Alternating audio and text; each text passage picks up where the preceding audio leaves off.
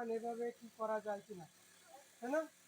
অনেক দ্বিধাদ্বন্দ্ব আছে সবার ভিতরে, তাই না? তো দেখেন আজকে এখানে আসলে কি কি হয়েছে, আজকে এই বাড়িতে প্রায় 300 লোকের আয়োজন, সব মিলাই 300। তো আমরা আসলে কয়জন আছি এখানে সব মিলাই বলেন? আনুমানিক 50 ধরে নিলাম।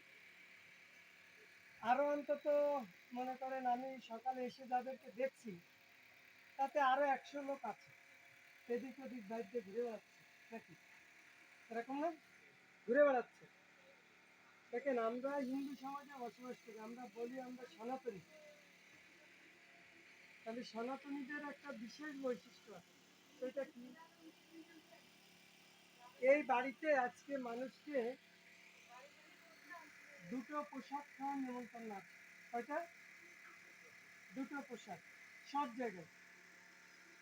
একটা প্রসাদ মানুষ আজকে মুখ দিয়ে খাবে, আরেকটা প্রসাদ চোখ দিয়ে আর কান দিয়ে খাবে। চোখ দিয়ে আর কান দিয়ে খাওয়া যায়? চোখ দিয়ে কান দিয়ে খাওয়া যায় না? কেমন মনে হলো না? তো দুটো খাদ্য দুইজনের জন্য।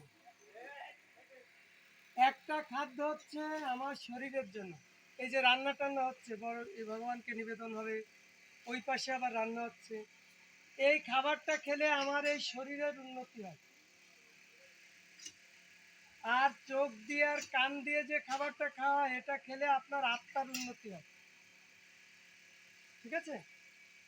তো আমরা সমস্ত ধর্মীয় অনুষ্ঠানে গেলে একটা খাবার খাই, কোনটা? যেটা খেলে আমার শরীরের উন্নতি হয় সেই খাবারটা খাই। আর যে খাবারটা খেলে আমার আত্মার উন্নতি হয় সেই খাবারটা খাই না। খাই। এই এত আয়োজন কাদের জন্য বলেন তো? যারা এই বাড়িতে নিমন্ত্রিত ব্যক্তি সবার জন্য কিন্তু এই আয়োজনগুলো, এরকম একটা মন্দির করা, এরকম একটা হোম যজ্ঞ করা, যারা এসেছে সবার জন্য। কিন্তু দেখেন এসে অধিকাংশ আত্মীয় স্বজন কোথায় চলে গেছে? ঘুরতে নাকি? তো আপনারা যারা এখানে আছেন তবু অনেকগুলো কথা আপনাদেরকে বলছে, আপনারা শুনেছেন।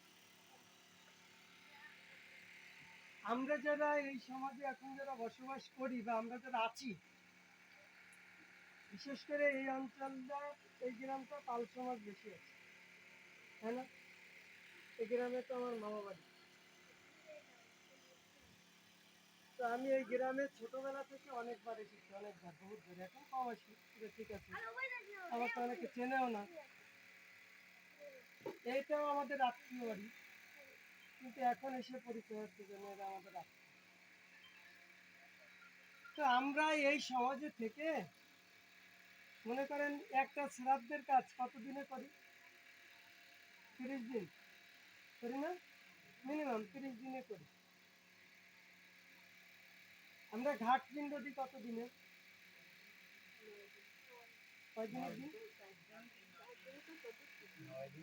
আমি বলি, নিয়ম হচ্ছে চতুর্থীর দিনে একটা পিণ্ড দান করা। ঘাট পিণ্ড দিতে হয় 10 দিনের দিন, 10টা ঘাট পিণ্ড দান করতে হয়। কয়টা? 10টা পিণ্ড। আমাদের করে 9 দিনে একটা পিণ্ড অবশিষ্ট রাখে, 9 দিনে 9টা পিণ্ড দেয়, একটা পিণ্ড অবশিষ্ট রাখে। আমাদের যত শ্রাদ্ধের ক্রিয়া কর্মাদি যা কিছু আছে, এই যা কিছু আজকে এখানে হচ্ছে, এই সমস্ত ক্রিয়া কর্মাদি হচ্ছে গরুর পুরাণ অনুসারে। কি অনুসারে? গরুর পুরাণের উত্তর খণ্ডে এই বৈষ্ণবীয় হোমযজ্ঞের কথা বর্ণনা করা। আর আমাদের সমাজে যত শ্রাদ্ধের অনুষ্ঠান হয়, সমস্ত শ্রাদ্ধের অনুষ্ঠানগুলো হয় পুরোহিত দর্পণ দেখে। যে পুরোহিত দর্পণ আমার পুরাণের ভিতর নাই, গীতার ভিতর নাই, ভাগবতমের ভিতর নাই, কোনো জায়গাতে নেই। একমাত্র ব্রাহ্মণ সমাজের কাছে আছে পুরোহিত দর্পণ, আর কারো কাছে নাই। এই পুরোহিত দর্পণ দেখে আমার এখানে শ্রাদ্ধের ক্রিয়াকর্মটি বর্ণনা করা হয়। গরুর পুরাণে বর্ণনা করা আছে যে মানুষ 10 দিনে 10টা পিণ্ড দান করবে প্রত্যেকের বাড়িতে। আমরা 10 দিনে 10টা পিণ্ড দান করতে পারি না, এই জন্য দিই কি, ক্ষীর জল দিই। কিন্তু দেওয়ার কথা কি, প্রত্যেক দিন একটা করে পিণ্ড। তাহলে 10 দিনে 10টা পিণ্ড আমরা দান করি। এখানে যারা মুরব্বী আছেন তাদের কাছে যদি আমি বলি আমরা পিণ্ড দান করি কেন, এই 10টা পিণ্ড কেন দিব, শ্রাদ্ধ করব, তাহলে 10টা পিণ্ড কেন দেব, আমি একদিনে 30 দিনের দিন দেবো, অসুবিধা কি? তা আবার মধ্যে 10 দিনের দিন ঘাটপিণ্ড দিতে হবে কেন, দরকার আছে কোনো? বলছি একটা দরকার আছে। পুরাণে বর্ণনা করা আছে যে একটা আত্মা, এই যে এই গিরিহের যিনি আছেন এই দাদু আসলে কোথায় আছেন আমরা কেউ জানি? মৃত্যুর পর উনি কোথায় গেছেন কেউ জানেন? যদি জানতেন যে উনি স্বর্গলোক হয়ে গেছেন বা স্বর্গে চলে গেছেন বা ঊর্ধ্বলোকে গেছেন, তাহলে উনার উদ্দেশ্যে আজকের এই কোনো ক্রিয়া কর্মাদি করার দরকার হতো না, ফেরেশ কথা। কারণ উনি ঊর্ধ্বলোকে চলে গেছেন, তার মানে আর কোনো ক্রিয়া কর্মাদি উনার বাকি করার কথা না, ফ্রেশ কথা। কিন্তু আমরা আসলে জানি না কোথায় গেছে, এই জন্য আমি একটা শ্রাদ্ধের অনুষ্ঠান করি। ধরে নি তিনি উদ্ধার হতে পারেননি, তাহলে উনি কোথায় থাকবেন? যদি কেউ না উদ্ধার হয় তাহলে 10 দিন পর্যন্ত পুত নামক একটা নরকে সে অবস্থান করবে। কয়দিন? 10 দিন। এই পুত নামক নরকে থেকে সে এই পরিবারের সমস্ত আনন্দ বেদনা সুখ দুঃখ সব কিছু অনুভব করতে পারবে, দেখতে পারবে, কিন্তু কিছু বলতে পারবে না। যদি এই পুত নামক নরকে সে অবস্থান করে তাহলে সে কোনো শরীর লাভ করতে পারবে না। তখন তার পুত্ররা 10 দিনে 10টা পিণ্ড দান করবে, প্রতিদিন এক একটা।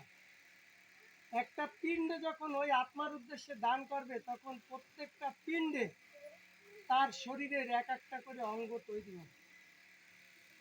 তাহলে 10 দিন তার শরীরের 10টা অঙ্গ তৈরি হবে, একটা পূর্ণাঙ্গ শরীর তৈরি হবে এই আত্মাটা। 11 দিনের দিন এই আত্মাটার খিদা লাগবে। যখন না খিদা লাগবে তখন এই আত্মার উদ্দেশ্যে বর্ণনা করা আছে, আত্মার উদ্দেশ্যে ভগবান বিষ্ণুকে নিবেদিত পোশাক দিয়ে এই আত্মার উদ্দেশ্যে পিণ্ড দান করতে হবে। তাহলে কি হবে? এই পুত নামক নরক থেকে এই পুত্রের পিণ্ডদানের ফলে সে এখান থেকে উদ্ধার হয়ে যাবে। এখন বলেন এই ইনার তো পুত্র নাই, তাহলে এনাকে কি পুত নামক নরক থেকে উদ্ধার হবে না হবে না? বললাম পুত্র পিণ্ডদান করবে, তাহলে কি উনি উদ্ধার হবে? বলেন হবে? হবে না।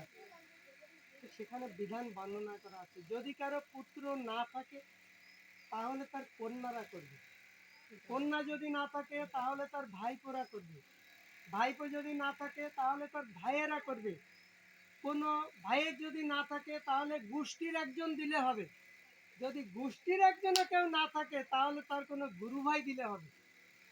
আর মনে করেন গুরু ভাইও নেই, তাহলে কে দেবে? কেউ নেই, তাহলে কি দেবেন? বলছে যে কোনো একজন বৈষ্ণব তার উদ্দেশ্যে পিণ্ডদান করবে। এতগুলো লোকজন আছে তাকে পিণ্ডদান করার জন্য। এই পিণ্ডদানের ফলে সে পুত নামক নরক থেকে উদ্ধার হয়। যদি আপনি এই আত্মার উদ্দেশ্যে এই পিণ্ডটা দান না করেন তাহলে সেখানে বর্ণনা করা আছে এই পুত নামক নরক থেকে সে আর ঊর্ধ্বগতি প্রাপ্ত হবে না। সে কোথায় চলে যাবে? এই প্রভু পাঠ দিয়েছেন, বলছে নিম্ন কোনো গতিতে কোনো জনিতে সে জন্মগ্রহণ করবে। কয় দিনের দিন? ওই 11 দিনের দিন। এখন আমি শ্রাদ্ধ করছি কত দিনে? 30 দিন। তাহলে ততদিন আত্মা কোথায় আছে? পুত নামক নরকে আছে। আপনি কাকে উদ্ধার করবেন? আগেরকার দিনে দেখেন সমস্ত শ্রাদ্ধগুলো হয়েছে, শ্রাদ্ধ করার কিছুদিন পরে বলছে যে অমুকের মা অমুকের ঘাড়ে উঠছে, তাহলে তার শ্রাদ্ধ হইল না? ব্রাহ্মণ শ্রাদ্ধ করে করে উদ্ধার করে দিছে না এক সময়, তাহলে আরেকজনের ঘাড়ে ওঠে কেমন? কি ছিল কি না? কালকে রাত্রিরে আমি প্রায় 11:30টার সময়